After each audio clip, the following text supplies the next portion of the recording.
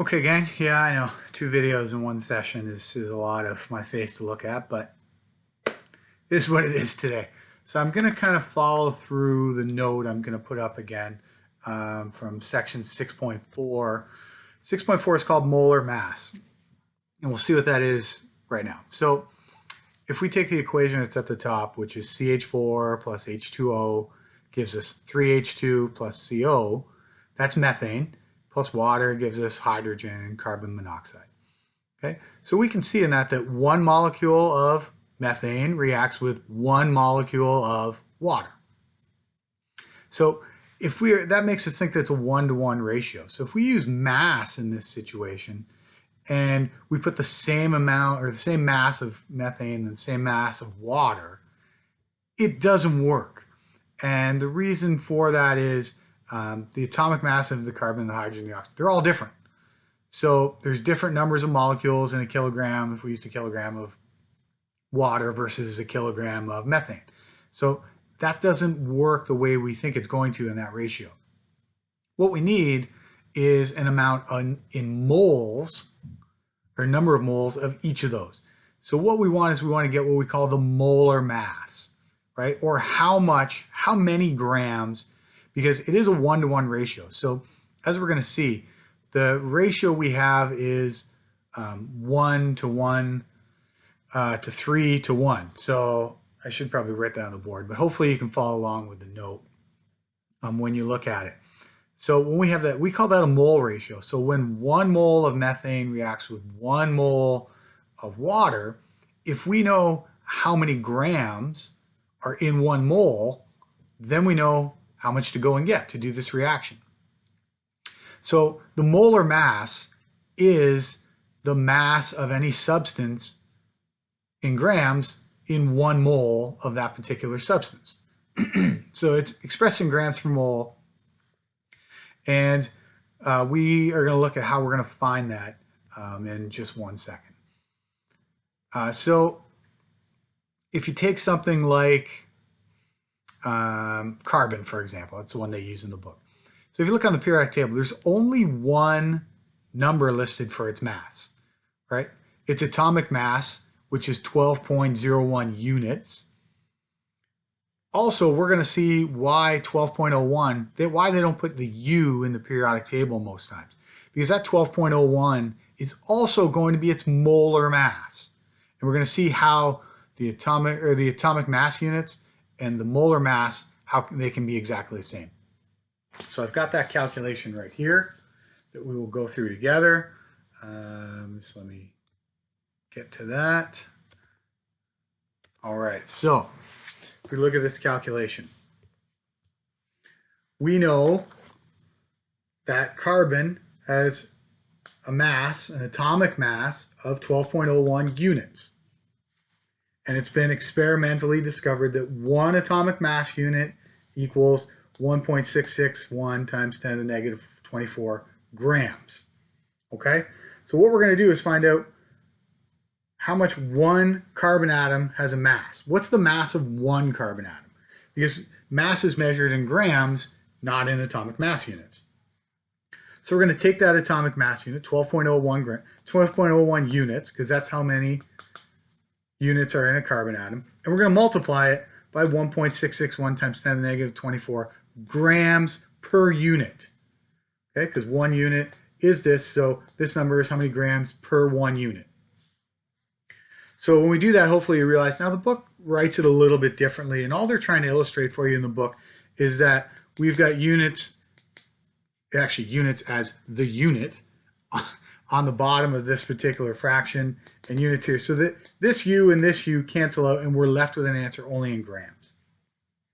So we multiply those two numbers, and we get 19.9486 times 10 to the negative 24.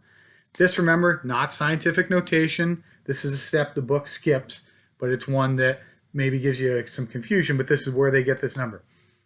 We've got to be between 1 and 9.9, so we're going to move that decimal 1 spot this way. 1.99486. If this number, remember I told you in the last video that if our numerical portion gets smaller, which it did here, our exponent gets larger, and we go from negative 24 to negative 23. So this is the mass of one carbon atom. Okay, and now that I have the mass of one carbon atom, I'm going to find out what the mass of 1 mole of carbon atoms is, because I know that in mass of 1 mole, because I know in 1 mole there are 6.02 times 10 to the 23rd atoms of carbon in that mole.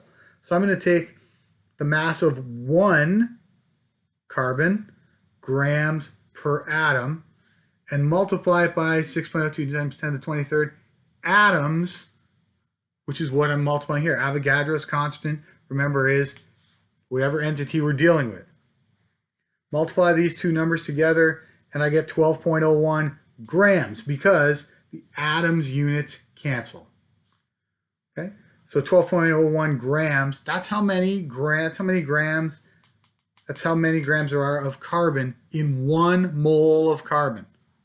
So therefore, the molar mass of carbon is 12.01 grams per 1 mole. And if you notice, 12.01 is the same as the number of atomic mass units. So what we're talking about here is the periodic table expresses just one mass value, because the molar mass and the atomic mass are the same thing in terms of numerical value. Now, they are not the same thing overall. And we should know that, because if you think about it, we've got a good description here. So if you took 1 mole, so if you took 12.01 grams of carbon, that would fill like, I don't know, a quarter of a little test tube about that deep.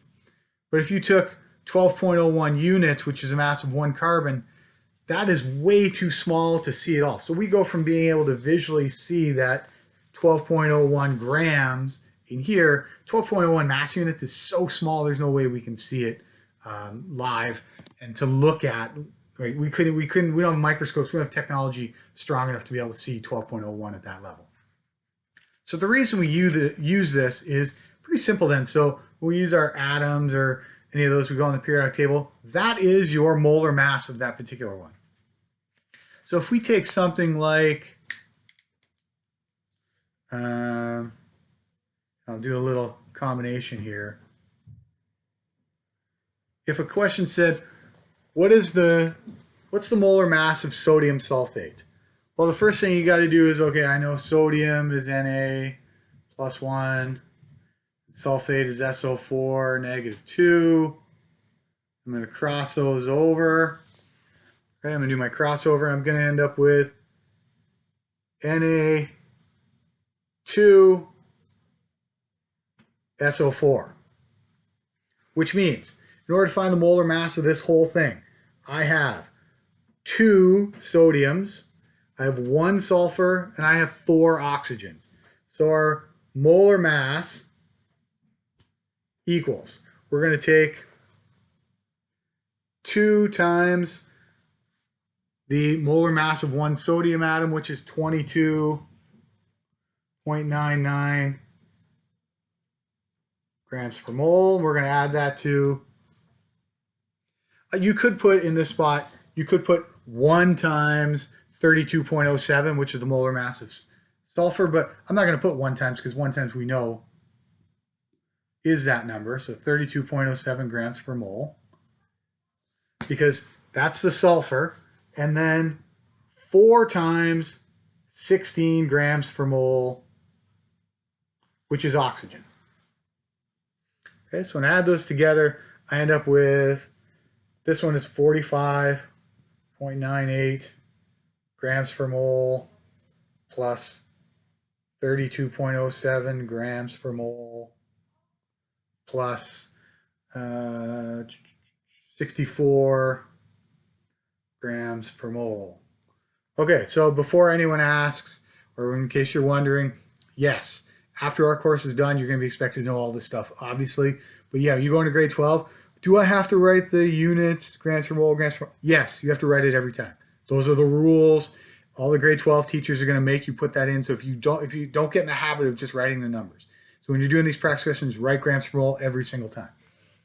What we end up with as a total there is 142.05 grams per mole. So the molar mass of sodium sulfate, Na2SO4, is 142.05 grams per mole. Okay, so that's it's we're not going to be tested on. Looking for my eraser, guys. Sorry. Oh, there it is. I was sitting on it. So you're not going to be tested on at any point on, what's the logic on how does molar mass is the same as the atomic mass, but you do have to, it's important maybe if you realize how we got to those things. So just remember one quick one, say at the end where we have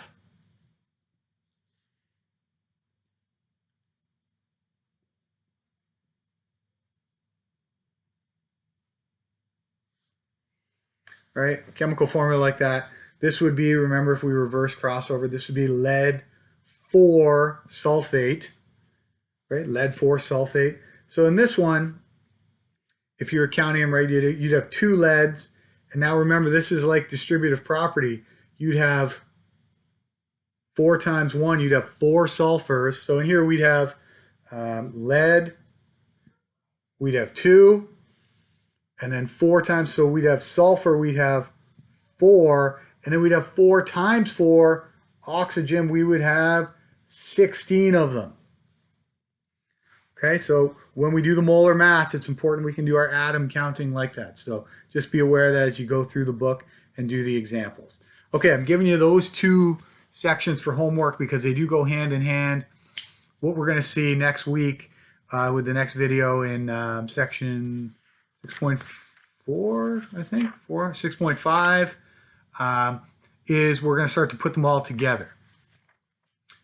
So we will see a variety of questions, what we're leading up to, and I'm only going to give you a few molar mass calculations in here. All you're going to do at the top is page 275, number 1, the practice at the top. That's it. Then we'll get into the calculations involving molar mass and number of moles in our next lesson. We're going to combine that at the very end of 6.4 with 6.5, which is pretty small. Okay, so I'll put that on the notes for molar mass, and I will give you. So again, we're only working with the top part. So again, page 275, top of the page, number 1, the practice questions. Okay, so just those. Don't go on and do the ones that are attached to the notes here because those are the bottom ones. All right, so I will add that on there as well, and hopefully you're successful. Again, any questions, send them to me, and I'll help you out. Thanks, guys.